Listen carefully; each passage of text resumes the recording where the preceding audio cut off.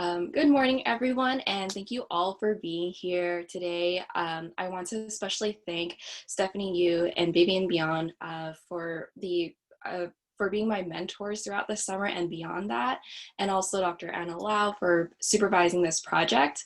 My name is Karli Cheng, and today I will be presenting on the project titled Under Pressure: Three-Way Interaction, Effect of Parental Pressure to Excel, Parental Homework Monitoring, and Race, Ethnicity on mental health youth, mental health symptoms in Latinx and Asian American youth. Okay.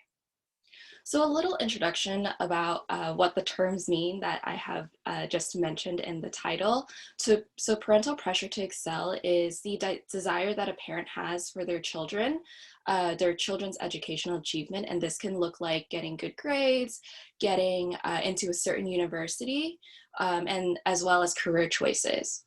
And previous literature have revealed that when parental pressure to excel is excessive, it has been linked to increased internalizing and externalizing behavior in their children. And parental homework monitoring is the level of involvement that a parent engages in with their child's academics, and typically that's within homework. And it has been linked to increased academic success and increased emotional functioning, similarly to mental health well-being.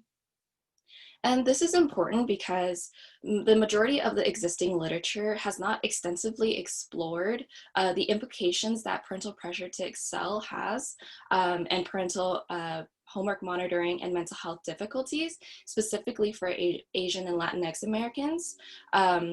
And based on literature, we initially hypothesized that perhaps parental homework monitoring could possibly buffer the relationship between parental pressure to excel and mental health symptoms. And we were curious to see, if it was the same across these two racial and ethnic populations.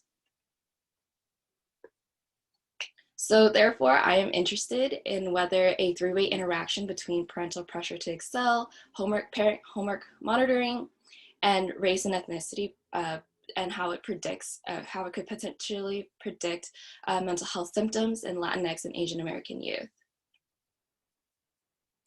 So the data that was used was collected through a district-wide school climate and mental health survey from elementary, middle school, and high school students from the Alhambra Unified School District in LA County, which is actually where I went to school. And of the entire district, 2,172 students identified as either Asian or Latinx Americans. So 63% of the population, of our sample, identified as Asian American, and 37 identified as Latinx Americans. Of that same sample, 51% identified as male, 46% identified as female, and 3% preferred not to say. Gender and grade were used as control variables for the study, as previous literature have found that age and gender were predictors of mental health symptoms.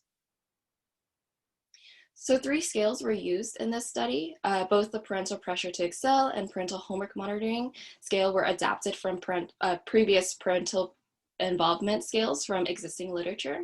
And mental health symptoms were measured by the strengths and difficulty scale. It's commonly used for measuring mental health in youth. And all 3 of these scales were rated on a Likert scale. For the parental scales, it was rated from 1 to 5. And for the SDQ, it was rated from 1 to 3. An example of the parental pressure to excel scale: my parents tried to make me feel guilty when I do poorly in school. And for the parental homework monitoring, my parents helped me plan my time for getting my work done. And for the SDQ, I'm often unhappy, depressed, or tearful. And the students will rate these on how they feel about them. And so we ran a regression analysis on STATA, and it revealed that the 3-way interaction between race, parental pressure to excel, and parental homework monitoring did in fact yield a significant relationship.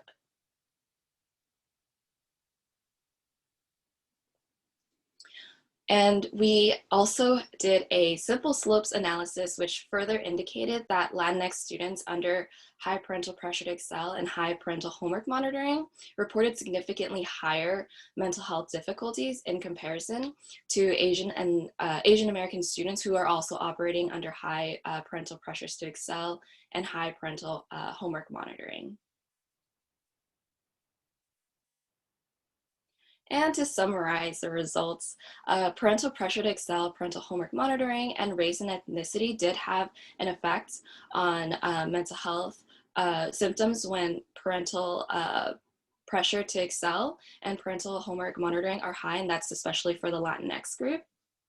And overall, it suggests that there are potential differences in this nature of parenting behaviors and parenting homework monitoring across Latinx and Asian American groups that may be driving racial and ethnic differences in youth and mental health outcomes when there is high parental pressure to excel. And previous literature have found that of minorities, Asian American students are more likely to experience extreme pressure to excel. And that can result in facing adversity such as mental health symptoms. But for our study, it actually shows that that may not be the case, especially for our sample. And a few limitations of the study includes that this only represents one school district from Southern California. So therefore, we can't really make this blanket statement that all Asian Americans or all Latinx American students feel this way when they're under high pressures to excel and high parental homework involvement. And additionally, the study data was collected through student-reported surveys. So there might be some incongruencies when between the parent and child perceptions, especially for the parental scales.